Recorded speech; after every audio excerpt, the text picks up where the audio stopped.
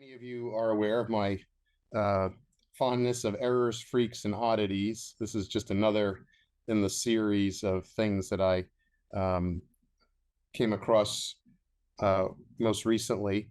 This US 702, the Clara Barton, I believe, issue uh, about commemorating her and the founding of the Red Cross. It's interesting because of what happens with the cross. So he had these plate blocks. You can see the one on the right here has got some flaking, and that is most likely because I see on the back of some of these others that they were on top of each other at one point and the gum stuck. This is a nice example right here on the right, this block of four with 445 and 457, where the cross is pretty well centered, where probably somebody looking for a nice, well-centered copy would like it. And then this one here on the left, this block of 8, you can see the cross has moved over just a little, where the left side of the horizontal part of the cross is just above the 1 in the date, the vertical date there on the left side. And then on the lower actin, you can see how the cross has moved completely over on top of the 1, almost completely. Actually, you can see that from right to left, the cross moves even more. And I will move it over here a little bit so we get a better look at it. So I put some arrows just to give a little more clarity. Here's a well-centered one, and the cross migrates over here. And then here we've got it right above the 1. Now we're almost touching. Now we're touching, and now we're not completely covering it. But so it's interesting how that happens. I can't explain why that happens. It's clearly a 2-step printing process because you got 2 different colors. It means that the spacing of the crosses on the plate with the crosses on it is not the same as spacing of the stamp images. Right. I wonder whether that could possibly occur because of shrinkage of the paper. If the paper shrank, then it would move the location of the cross. If the cross was set up for the locations before the stamps shrank. The perforations on the stamps, and the on the bottom row there, the 440 and the 495, that's a separated, they were connected. Oh yeah. And you can see the perforations are pretty much, there doesn't seem to be much of a change there either. And yet it's pretty interesting. So in the Scott catalog, they do mention that as a little footnote at the bottom of this stamp entry, that the cross does, have position varieties, but they don't have any values for anything like that. I would just mention that the current Scott Classic catalog does not mention the movement of the cross at all. Interesting. The U.S. Specialized does. Yes. On the 2 top blocks, as you're showing them now, they have the same numbers. Well, as I understand it, the full sheet often sometimes had 2 plate blocks, one on the top and one on the bottom.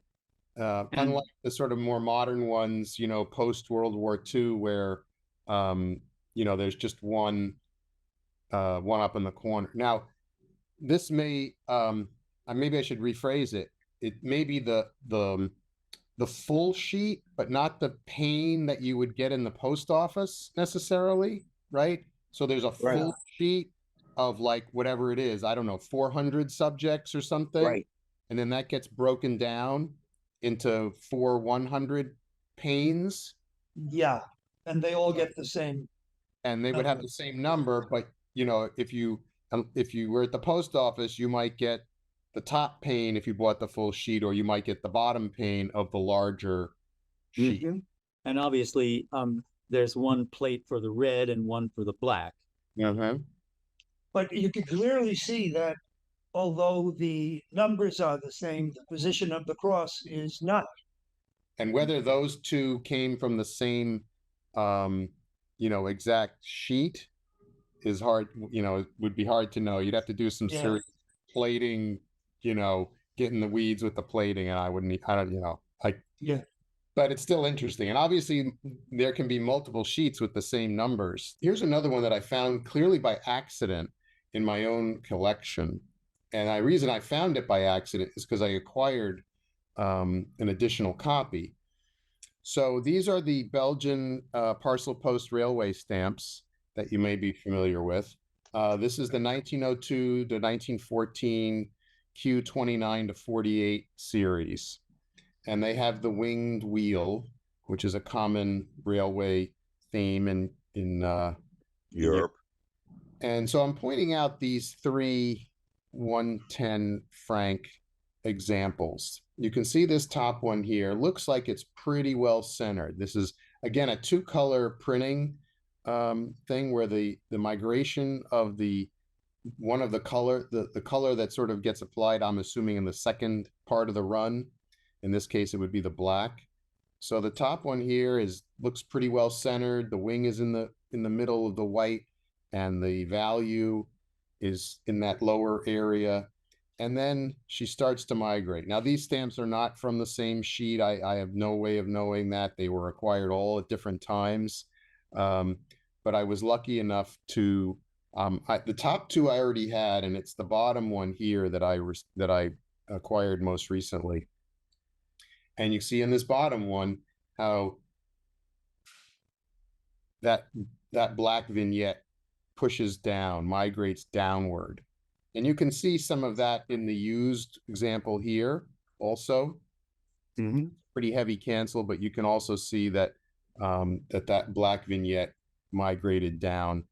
Up here on the left, you can see this blue winged wheel with the 2 franc has a slight migration to the right. And the one below it, which is canceled, looks pretty well centered. And then I come over here to the 5 franc version where, although it's migrated down, it's done so sort of directly so that you can still see everything. It isn't crossing over into the orange the way, and this 3 franc one, the blue, has migrated slightly down to the right. And I imagine it's a very common thing with this stamp.